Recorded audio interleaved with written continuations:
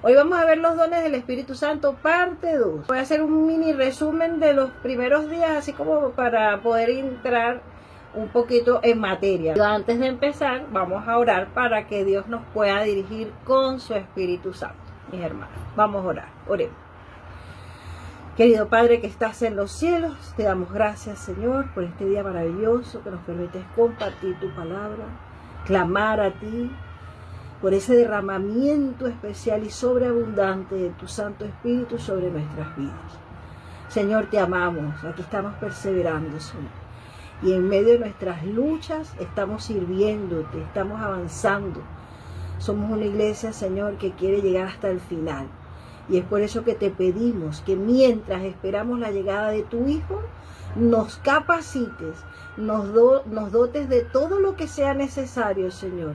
Y nos ayudes sobre todo a poder usar todo lo que has depositado en nosotros, dones espirituales, a tu servicio, Señor, para que todo lo que hagamos para ti en esta tierra te honre, te glorifique, edifique tu iglesia y podamos avanzar, Señor, en la predicación del Evangelio con poder. Te lo pedimos en el nombre de Jesús. Amén y amén, Señor. Entonces, hoy vamos a ver en el tema 4, los dones del Espíritu Santo, parte 2.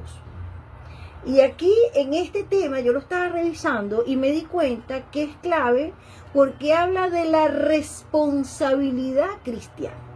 Es decir, aquí el Señor, en esta revista, se nos presenta una parábola donde habla de la responsabilidad que tenemos tú y yo hoy en día, esa responsabilidad cristiana con respecto a la misión. Y aquí también es claro, y me aterró un poquito, porque cuando estaba viendo la parábola decía que al final el Señor iba a hacer algo con los que no hicieran lo que tenían que hacer con sus dones.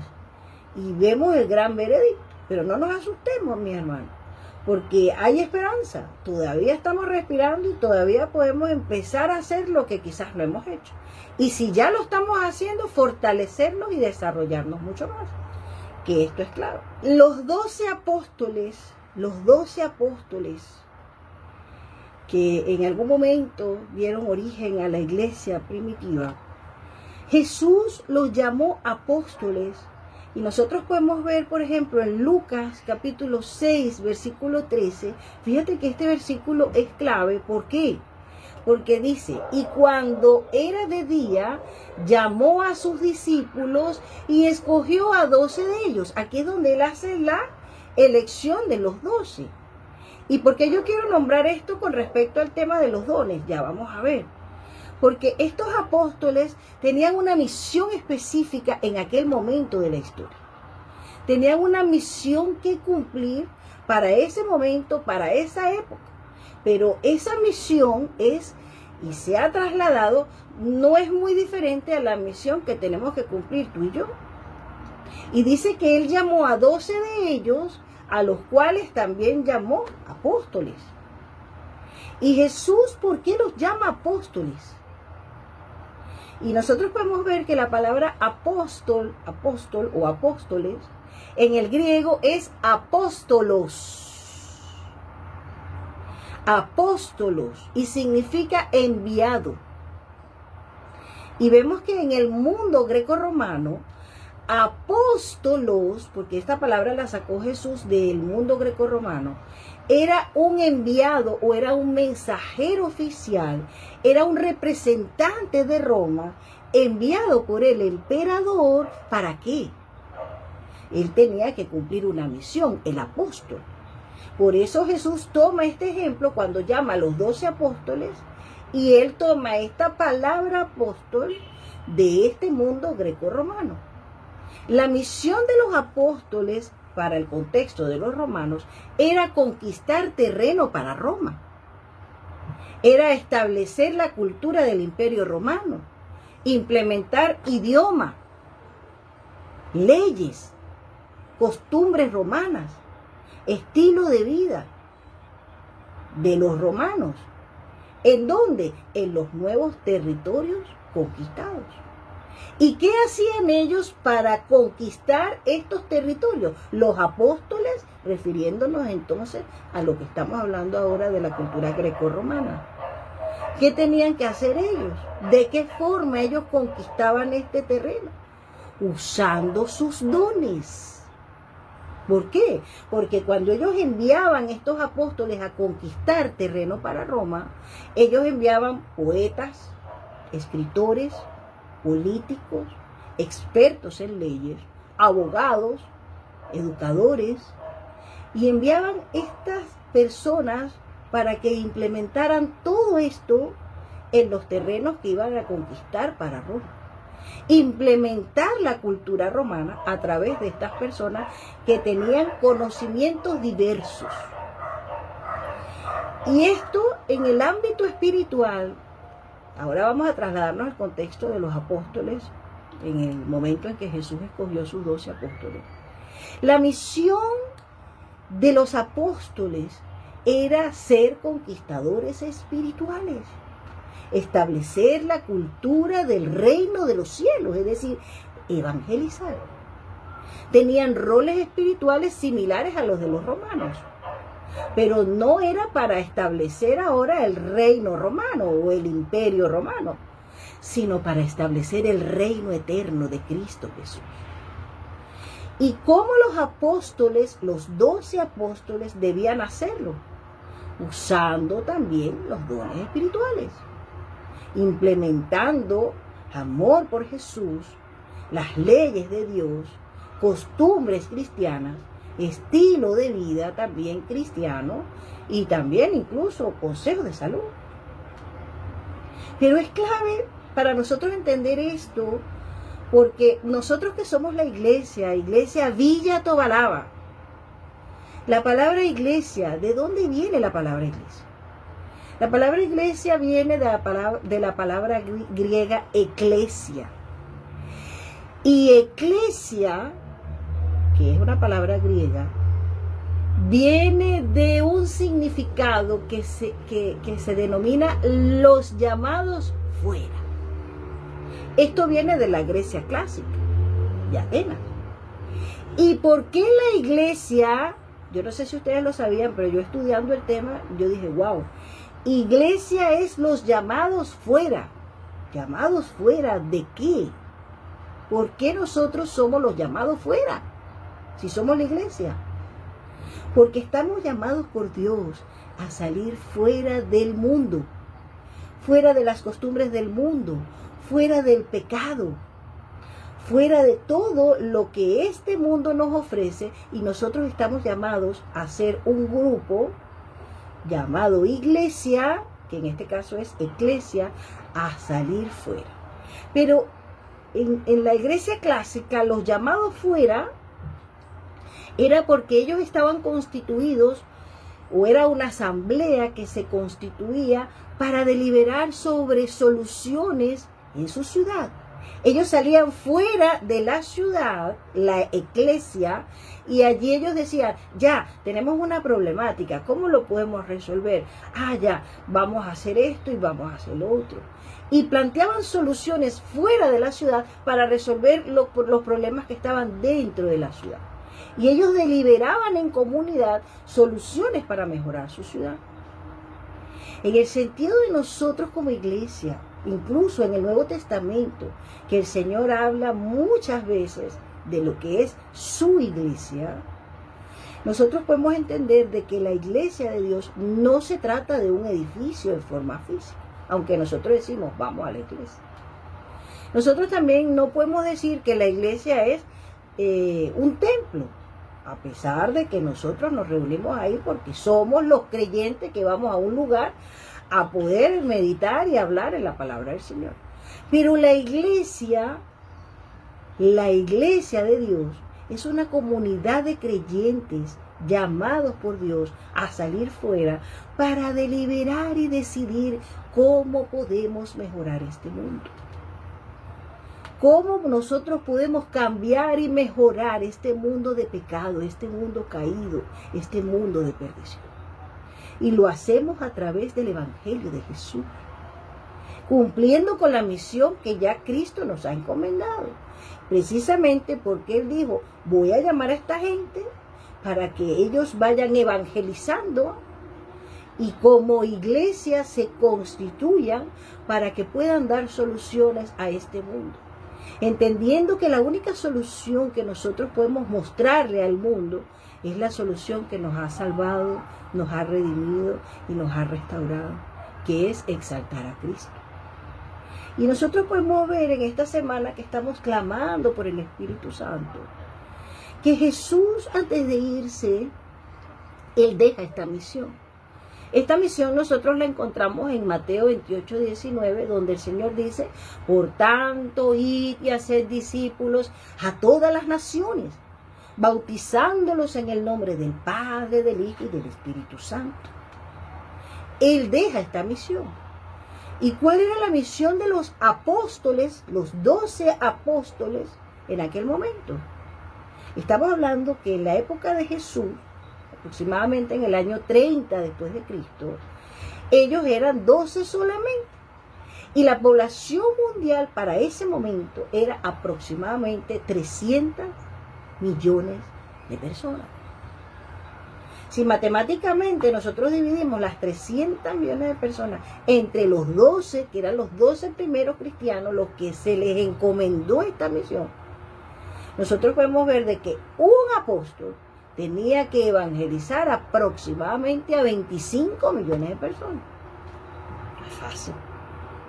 Uno. Entonces, ¿lo lograron o no lo lograron? ¿Lograron los apóstoles evangelizar a las 25 millones de personas en la época de Jesús cuando se les encomendó esta primera misión? ¿Lo lograron o no lo lograron? Eso lo vamos a ver al final. Entonces, ¿de qué forma ellos podían cumplir esta misión?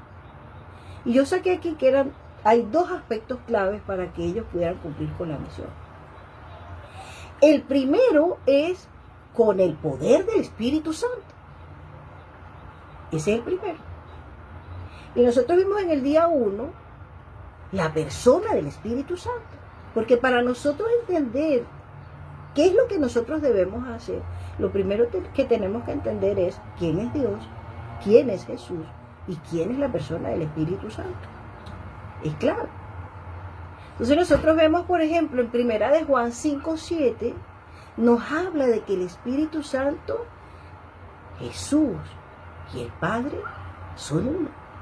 Dice, porque 3 son los que dan testimonio en el cielo: el Padre, el Verbo y el Espíritu Santo.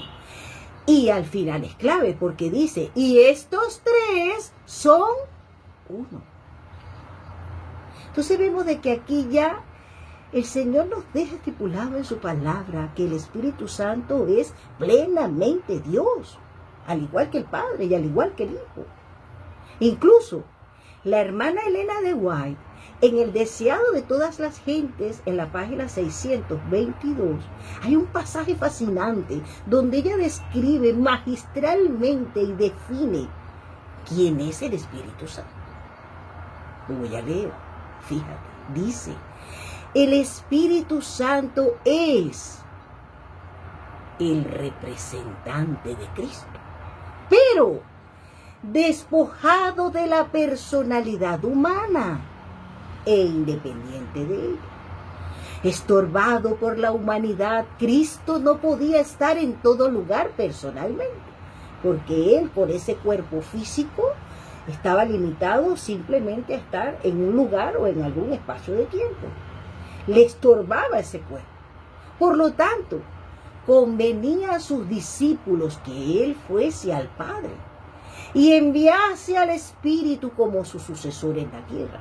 Nadie podría entonces tener ventaja por su situación o su contacto personal con Cristo.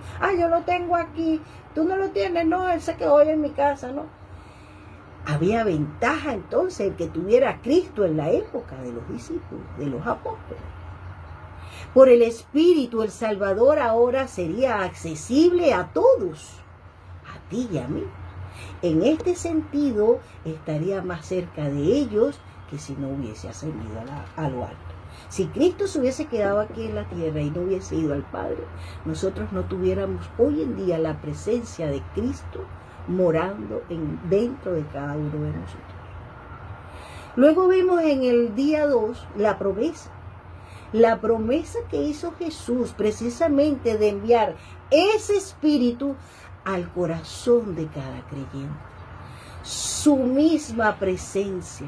Él, de la misma naturaleza, en la persona del Espíritu Santo, ahora en el corazón de cada uno de los que creen en Él, los que lo aceptan en su corazón. Y la promesa también la estudiamos y la encontramos en Juan 14, versículos del 16 al 18. En este caso Jesús no estaba hablando de su segunda venida, de que Él iba a enviar a alguien otra vez y bueno, yo voy a volver. No hablaba de su segunda venida. Él en este momento estaba hablando era de su presencia en nosotros mediante la persona del Espíritu Santo. Y dice, yo rogaré al Padre, os dará otro consolador para que esté con vosotros para siempre. Y lo aclara en el 17 porque dice, el Espíritu de verdad, el cual el mundo no puede recibir porque no le ve ni le conoce, pero vosotros le conocéis. Y al final es clave porque dice, porque mora con vosotros y estará en vosotros. No solamente que va a estar con ellos, sino en ellos, dentro de ti, dentro de mí. Me gustó mucho el 18, Juan 14, 18, porque dice, no os dejaré huérfanos, vendré a vosotros. Y es clave porque Jesús, entendiendo la sensación de abandono que estaban sintiendo sus discípulos, de decir se va, está diciendo que se va. Hemos caminado con Él, hemos visto sus milagros, hemos estado con Él en todo momento y ahora quedamos desamparados. Y por esa necesidad, esa incertidumbre que Jesús vio en el corazón de sus discípulos, Él les hace esta promesa. Y les dice, yo sé que en este momento a lo mejor ustedes me entienden, pero es necesario. Es necesario que yo me vaya.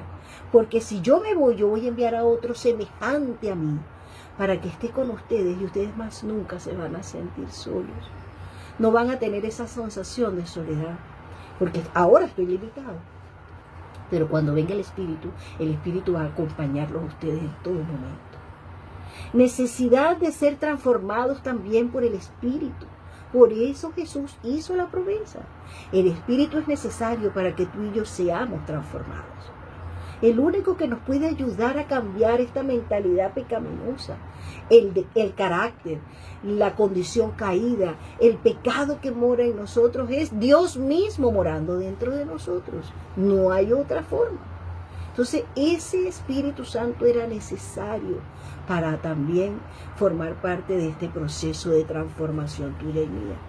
Nuestras debilidades en la fe, nuestras limitaciones espirituales son necesarias a través de la persona del Espíritu Santo. Y es clave que entendamos que la llenura del Espíritu Santo no es de un día para otro.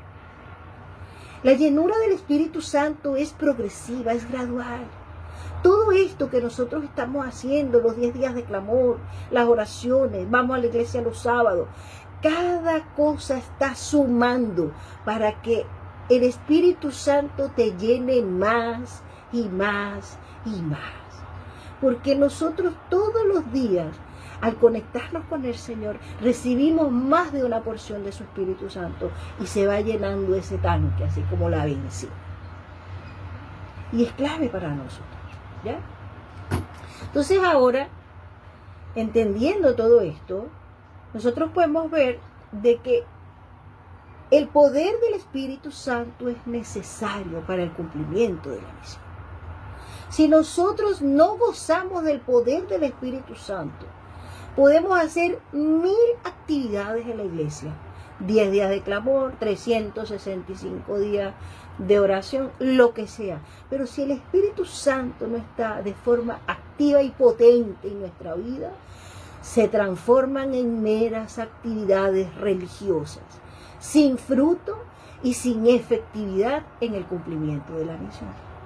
Por eso en Hechos 1, del 8 al 11, y voy a leer solo el 8, dice: pero recibiréis poder cuando haya venido sobre vosotros el Espíritu Santo, y me seréis testigos en Jerusalén, en toda Judea, en Samaria y hasta lo último de la tierra.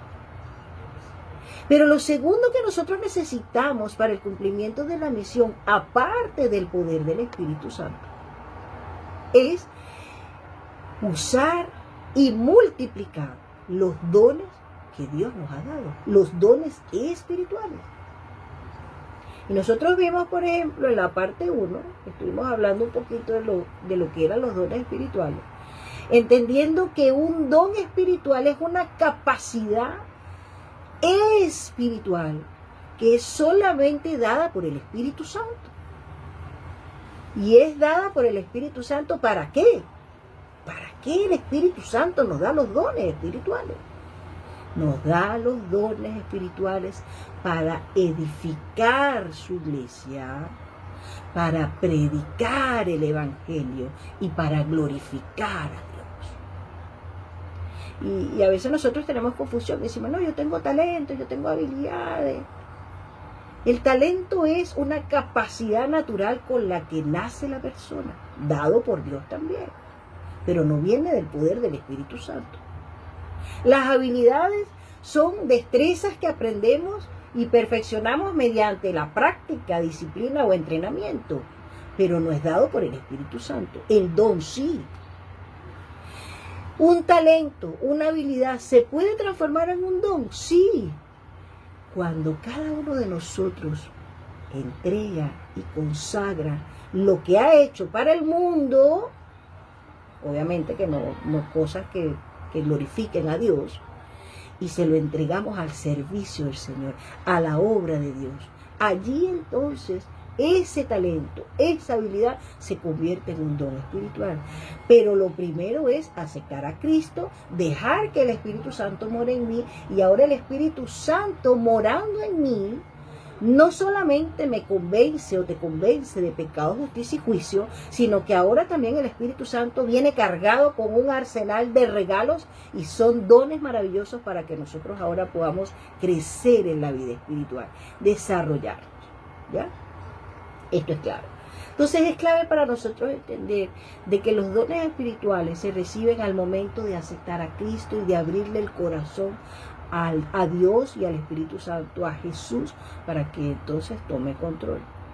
Fíjate que en Efesios 1:13 dice: en Él también vosotros, habiendo oído, ¿qué cosa?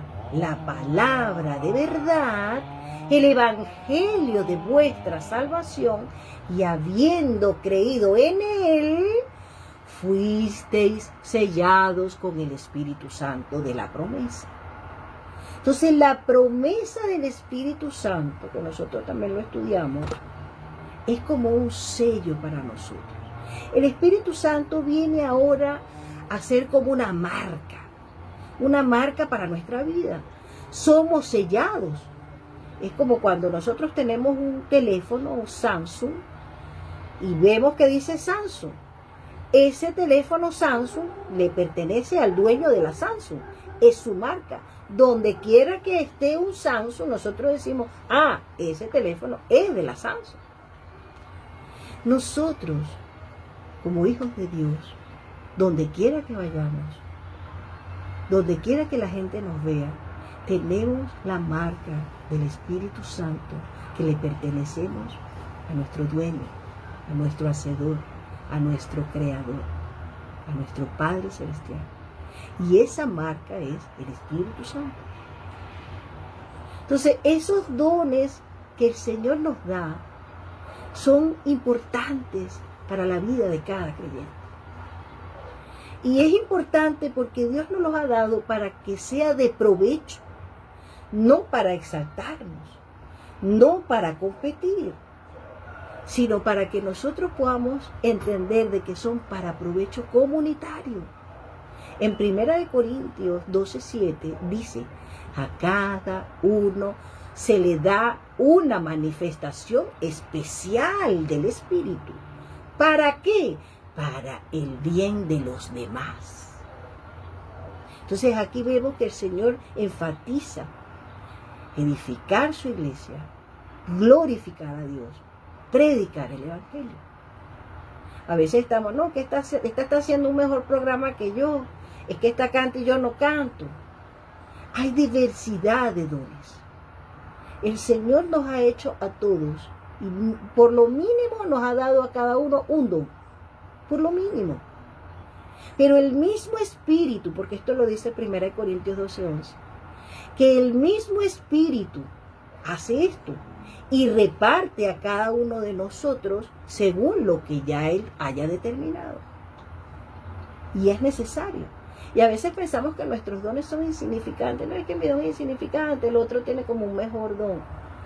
Tenemos que pensar en desarrollar ese don y ver que el Señor ha depositado eso en nosotros y dar todo lo mejor con ese don, ese pequeño don que usted considera que es pequeño, pero para Dios no hay dones pequeños ni grandes, y multiplicarlo y sacarle provecho y hacer de ese don un excelente don para el Señor.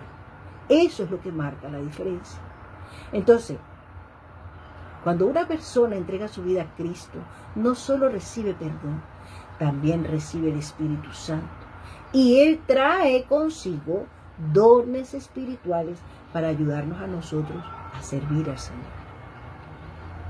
Y ya para cerrar, ¿qué es lo que nosotros debemos hacer mientras esperamos entonces a Jesús? Debemos trabajar y multiplicar los dones espirituales. Y en el tema específico de esta revista se habla de la parábola de los talentos, que aparece en Mateo 25, del 14 al 30. Y vemos aquí la enseñanza principal sobre la responsabilidad espiritual que tenemos nosotros. La parábola nos ilustra o nos cuenta de un hombre que se iba de viaje y él, antes de irse, entregó sus bienes a sus siervos. A uno le dio 5 talentos, a otro le dio 2 y a otro le dio 1 solo, según la capacidad que el Señor consideraba que tenía cada uno. El que recibió los 5 los trabajó. Fíjate que esta palabra es clave. Los trabajó, los utilizó, los desarrolló, se atrevió a invertir, trabajó con ellos y ganó 5 más. El que recibió 2 también trabajó esos dones o esos talentos y ganó 2 más. Pero el que recibió 1 solo, tuvo miedo, lo escondió y no hizo nada con él. Y a mí me aterró cuando vi el final de la parábola, porque dice que cuando el Señor regresó pidió cuentas, y a los 2 primeros que habían trabajado, se habían atrevido, se habían esforzado, habían hecho todo lo posible por eso que Dios le había dado, multiplicarlo, desarrollarlo. A ellos 2 les dijo: buen siervo fiel, sobre poco has sido fiel, sobre mucho te pondré, entra en el gozo de tu Señor. Pero es aterrador porque el que escondió el talento, el único que Dios le había dado, ese hombre, el hombre que le dio los talentos, el que lo escondió fue reprendido por su pereza y le fue quitado su talento y dado al que tenía 10. Entonces, la enseñanza fundamental de esta parábola es que el que usa bien lo poco que ha recibido, se le dará más. pero quien no lo usa, se le quitará. Y eso es aterrador. Entonces, ¿qué es lo que nosotros debemos hacer para no caer en este último caso de ese que no hizo nada con el talento por miedo,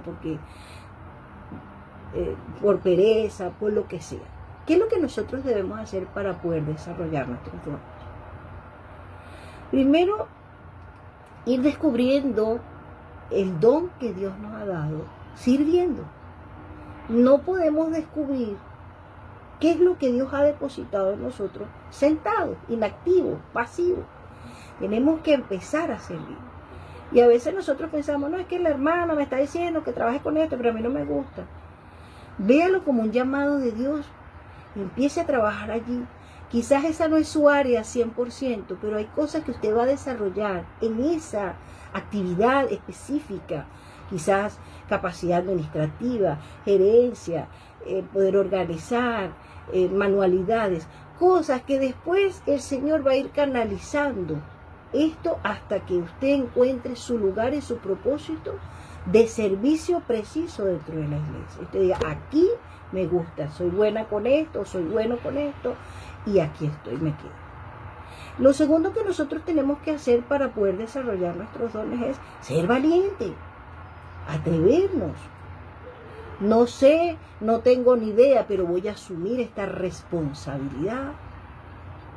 Voy a hacerlo, aunque no sepa cómo hacerlo, aunque me tiemblen las piernas, aunque esté ahí chorreada, no sé qué voy a decir, pero salgo para adelante. Entonces, el ser valiente es clave para nosotros poder desarrollar nuestros dones. Fíjate que el que fue reprendido fue por miedo, y el miedo paraliza. Pero nosotros debemos avanzar por fe a pesar de los miedos.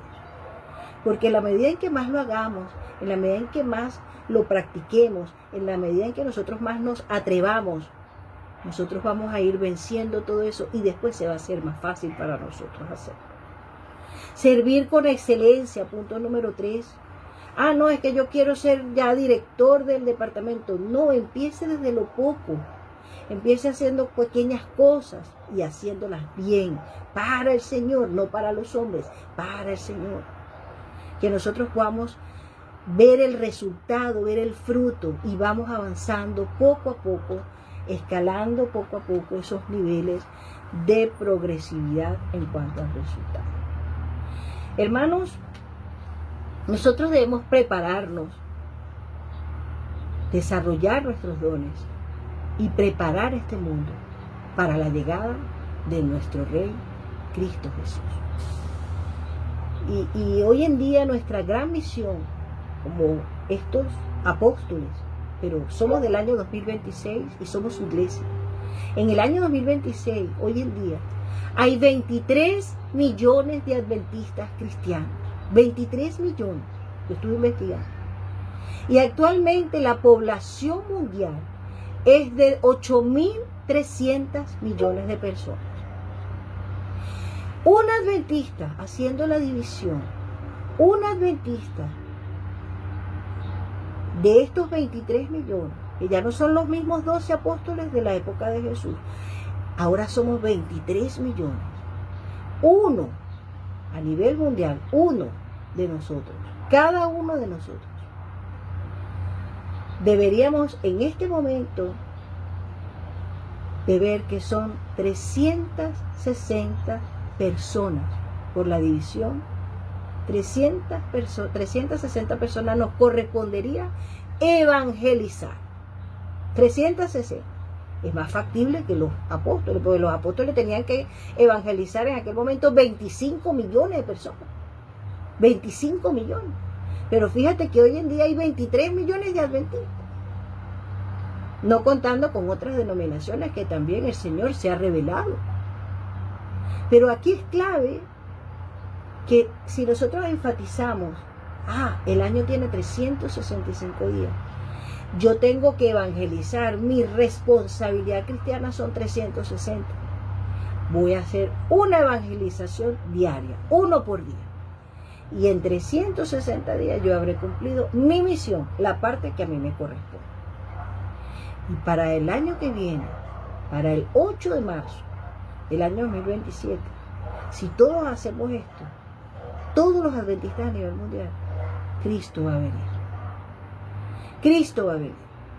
Porque dice Mateo 24:14, que será predicado este evangelio del reino en todo el mundo para testimonio a todas las naciones, y entonces vendrá el fin. ¿Y cómo vamos a predicar el evangelio?